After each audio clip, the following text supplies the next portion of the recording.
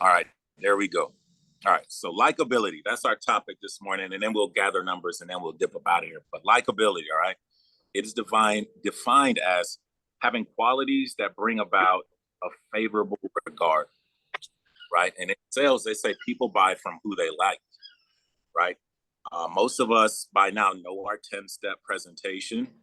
We know how to do a door approach, we know how to rebuttals, right? We know enough to go out and work and get the job done. And we did the likability little quiz this morning, and just about everybody scored higher than me, right? And whatever your score is, we want that to come out in the homes, right? 80, a lot of you scored in the 80s and 70s. So what that tells me is it's not that we're not likable people. Maybe in the homes we're not getting to show that, right? And there's some things that can limit your likability from coming out. Lack of confidence, right? If you're not making eye contact, these are all things that you can do to improve your likability in the home. And I want you guys, if you're able, to take down some notes on this. Jamila's going to help me with this, Maishara as well. But there's a list of things that you can do to improve your likability in the home. All right. Body language. I'm gonna do body language. Direct eye contact when you're talking with your client. All right, not looking down at the floor. Sometimes we do have to take our eye away, right, for at certain parts. But when you're talking to somebody, they can tell if you're interested in them or not. If you're looking down at the floor or looking at the wall, looking down at your phone, right, while they're talking, likability goes down. How about the door approach? All right, when you're approaching them, if you're smiling, right, or do you have a cold look on your face, or if you look scared or worried, right, that's going to take away from your likability. So we always want to make sure we're smiling, we're making direct eye contact. Another one, I like to, if they offer me a drink, right, maybe not food so much, but if they offer you some water, it's polite to take it, right? They're extending some hospitality to you, whether you drink it or not, or whether you eat the food or not, especially if they're excited about it. Let's say they're cooking some and they ask me if I want some or I want to try it, and they're excited about it. I'm going to say yes, right? Maybe I'll just not eat it, but take it to go, right? So obliging them in certain requests that they make while we're with them. Another one is during the connection part, which Jamila, I see you're still working there. Are you able to help us on being a better listener? Yeah, I saw that. My bad. Yeah. So everything that you were saying was very correct. So as far as listening, and I'm multitasking, so I'm not looking at the camera, but I am, as far as connecting, I connect 100% all the way through. And I literally am not interested in nothing these people are talking about, but I act like it. It's I've never been phony, but in this business I've had to be phony. And whether I want to hear about your kids, your dog, what you're cooking and stuff like that, you can always catch me like, and leaning in. I lean in and I'm like, yep, okay, awesome. Okay, so tell me about this. And I'm always acting like I'm intrigued. Like, it doesn't matter. You can tell me that. And I always joke, you can tell me you killed somebody last day. I'm like, oh my gosh, what happened? What did they do to you? I'm just trying to, make it seem like I'm interested in you and what you're talking about. And therefore, like, oh, really cares. And then when I reel you back in, I'm like, okay, well, I came here to talk about life insurance. We could talk about that all day. So you don't have life insurance already? You survived COVID without it? Oh my gosh, tell me how that happened. I mean, and you can get 5 minutes out of that and be like, okay, well then at least you know them and they're talking to you and they're giving you more information. Like the other day, I walked to this lady's house and it's all on your attitude. Like I always have a smile, always big, bright smile, but not overly like weird, but a big, bright smile. And then you'll often get a time where people are like, oh, just come on in the house. It all depends on your tone and your energy. Oh, come on in. With that, you have to automatically connect when they let you in the house. You didn't have to do any type of door approach. Now you're just a stranger standing in their house. Now you have to figure out, okay, what is in your house that I can talk about that makes it likable. When I went into this guy's house, there was nothing in there. It was filthy. And he had it was a guy, the maintenance guy. I tried to speak to the maintenance guy. He wasn't even talking to me. So I was just trying to make short talk. Oh my gosh, are these your kids? This looks like you. Was this you when you were younger? Goodness gracious, this is a throwback. What year were you born in? It says you were born in 58. Oh my gosh, what happened to this? But that got him talking and laughing and just telling me about his childhood and just bringing back good childhood memories, just good things for him to talk about. And I made the sale. Another lady let me write in, and she had a bunch of dolphins and unicorns and weird dolls. Like y'all know the dolls I'm talking about. She had a bunch of old vintage dolls lined up on the wall. So I was like, okay, I'm not gonna lie to you, Miss Jones. I don't really like the dolls, so we don't have to talk about them. But I see you like unicorns.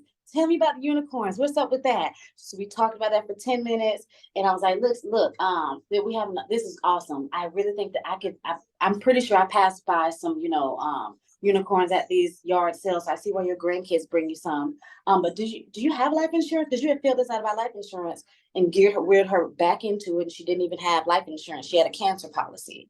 But absolutely going in there with the likability and just talking, well, not even talking, listening, and listening with intent. And it is okay to interrupt them. Like, okay, well, let me stop you there because I'm kind of interested with that point. And if after you ask your question, this was if somebody's talking too much, let's say they're talking about something that I'm interested in, I will stop you. Hey, tell me about that right quick. And as soon as they finish it, okay, great. So as we were saying, I'm glad you broke that down to me. I really was interested about what you're saying about that.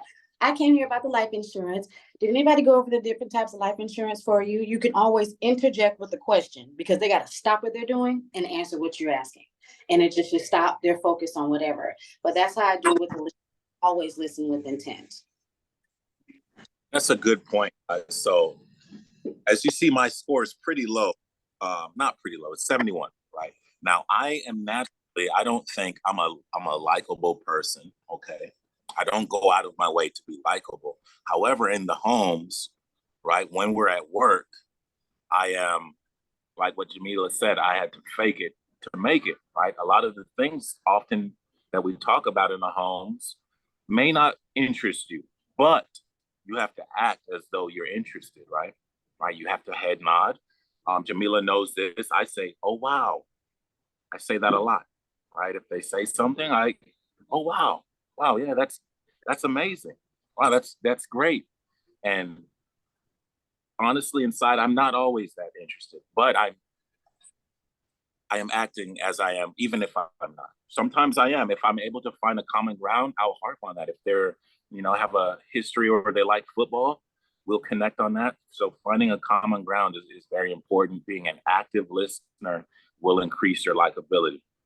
My Shara is always positive, and I know that's a strength of hers, and it should be. Which we're gonna go through a list of things, and I'll say this right. In order to be likable, you have to like yourself. You have to like yourself first, right? It's gonna be hard for people to like you if you don't like yourself. Same for love, right? So that's another topic, but I want to make sure that that's number one. You got to like yourself first in order for other people to like you, but being positive is very important. My Shara, can you school us on that one or help us with that one? Okay. Well, you guys really said it, a lot of it. And active listening is key. I I'm one that I guess one of the learning curves that I had, me personally, was connecting because I had a hard time connecting when I first got into the house. Um, it's just, I kind of was like, let me let them know what I'm about. And so and why I'm here and everything. And so I still do that. And I make sure as after I tell them what I'm there for, I start asking a lot of questions. And the questions are not really related to life insurance or anything like that. I might ask them, well, how do you feel right now? If they're talking about their job, how long have you been working there? You must have really liked it. When what made you decide to retire, or what happened? Was there an injury, or so I asked a lot of questions And that helps me with the connection, because that was a challenge for me. But you're right, I am always very positive. I had a client who I walked in the house, and it looked like she was drugged out. I thought a meth head and all of that, because of the way she looked. And I got in there, and when I got to starting to ask her about her health, she had every kind of pain, ailment, problem. She said, "Look, I'm just waiting to die. My body has been hurting for the last 25 years. I sleep in a dark room because I can't take the light. I have migraines 24/7. She was just, Jesus Christ. So even with that client, I say, well, listen, it's okay. We're going to find the silver lining. We're going to talk about this. And, what about children? If you, I don't, I can't, I never could have kids. And that was a tough one. But I remained smiling and positive, and it changed her energy. And she was laughing and smiling, and we talked a whole lot. I didn't get the sale with her, but I stayed in there talking to her for about a good half an hour, almost 45 minutes. But her mood and everything changed. And even though I didn't get it with her, I got a phone number for someone else that she knows. And I ended up selling them. So I remain happy, positive. We're gonna find a silver lining somewhere, uplifting somewhere. And that's it. The ability to look at the bright side of things, I know what she's talking about, is very important when we're talking about, keeping a positive attitude and remaining or increasing your likability. Also, another thing that she hit on was how sales is a transfer of emotion, right? A lot of times we're meeting these people, as they are, right? And then we really can't communicate with them if we can't get them to a level where communication is easier, right? So think if my Shar walks into that home that's dreary and sad and otherwise negative, and then she allows herself to sink to that level. There's not going to be much communication, effective communication, right? So keeping a positive attitude, guys, when you deal with somebody who's not, you can bring them up to your level, right? Otherwise, change it there. I know you didn't make a sale, but I'm sure you might have increased her outlook on life a little bit. Not saying that that's your job, but it's just something to be aware of, and keeping a positive mindset, why it's so important at all times, right? So we went over positive attitude, being an active listener, body language, um, looking people in the eyes. Another thing, all right? How about this one? It sounds simple, but remembering the client's name, right? Not calling them the wrong name later Ooh, on I've in the done that. presentation. Oh my gosh, Right? I've done that. You're with Johnson, Mrs. Margaret, and then you call her Sandy or something. Boom, likability goes down. All right. So making sure at the beginning that you hammer that in. That's why I go by first names, right? I don't really go by last names. I feel like if I can call them by their first name, kind of bridge the gap there. So that's another tip. Making sure you get their name right, or their beneficiaries' names. Any names that are mentioned throughout the presentation, making sure you get them right. Um, Being grateful, having a energy of gratitude. I think one compliment that I get a lot from people in the homes is saying that I seem humble, and that's because I'm not there to make a sale, right? That's something that we talk about a bit, is just being there to help them, right? I'm got to find some people to help. I'm only here looking to help. We can't, in fact, you can't really make a sale if you can't help them in some way or positive. You can't make a sale that will stick. I'll say that. I'll make it more specific. You can't make a sale that'll stick without finding a way to help them. So if that is your objective when you're in there, your likability is going to go up. People can tell when you want to sell them something or if you're there to help them. All right. I know it was a little different today, but I think it's important to talk about. Just going over some of the scores, I see some of us scored highly in honesty and positivity. That's always good. Happiness, humor, friendliness, tolerance was on the list. But I want us to be more cognizant of that. Also, just the confidence aspect. We all scored pretty high on the likable test, likable person test. I think what could be holding some of us back, especially our rookies, is just being confident, right? You're not letting your likability come out because you might be too worried about what you're going to say, too worried about what they're going to say to you. So make sure you guys are spending time practicing your presentation, practicing the list of objections on the deadly dozen.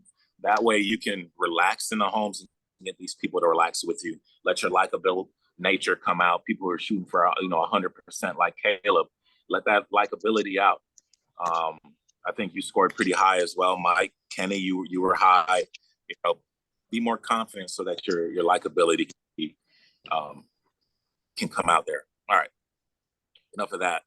Let's gather numbers.